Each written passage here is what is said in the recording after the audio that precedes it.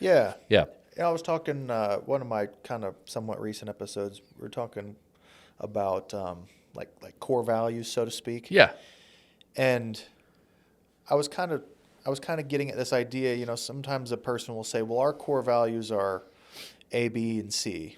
They're all good things, but it turns out that later on you're actually living X, Y, and Z. Right. And it's funny because if X, Y, and Z are bad, then obviously this doesn't work.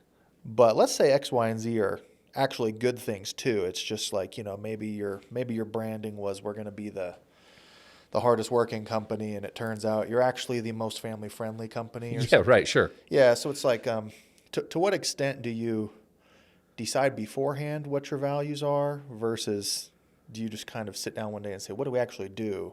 Seems like these are our values, Well, you're asking a deep question of a company that's existed for, a long time. Yeah. So, I mean, 25 years. So that there should be and has been a natural evolution of what your core values are, not just the core values, but also what your mission statement is.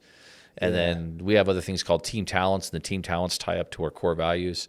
And then we involve people. But the way you asked that question, we were back in the beginning. Yeah. And so back in the beginning, there was a system that was based on my core values that worked for me at Eclipse Marketing. Yeah. And so I implemented that system.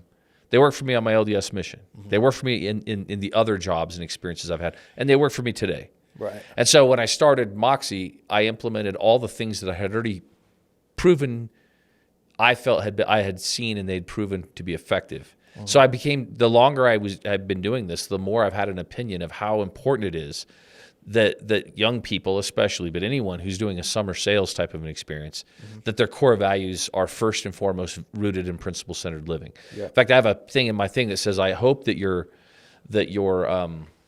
the things that you're taught, the sales skills that you're taught will always be subject to your character of charity.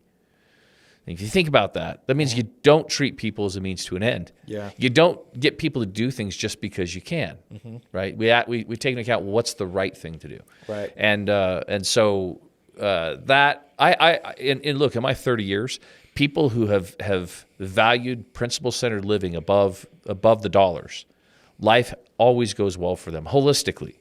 The people who value the money first, I notice that the life element's part of it. The other roles beyond just making money don't go so well. Right. And once you see it over and over and over 50, 100, 200 times, you want to just scream it from the rooftops and say to everybody, hey, because I have your best interest in mind, please, please, please, let's focus on principle-centered living. Because if you value the money over the principles, and so you'll treat people as a means to an end, and you'll say things and be able to try to rationalize on why this thing you just said wasn't unethical, even if it is, and sometimes illegal. Right. But if you can if you get a bunch of people who you know and respect to have a little bit of groupthink, and you can all convince yourself that it's okay, I call that the curse of the talented.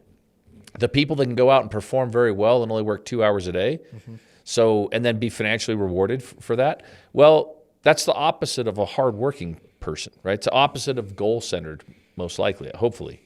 Hopefully it wasn't their goal to work 2 hours a day. Right. But I call it the curse of the talented because the way you do anything is the way you do everything. And so they'll go apply that same work ethic into their future jobs, and that's not going to go so well. Right. Or that treating people as a means to an end and not listening, they'll go put that into their other relationships, like marriage or family relationships. And you see over time, those things crumble and under the strain of it.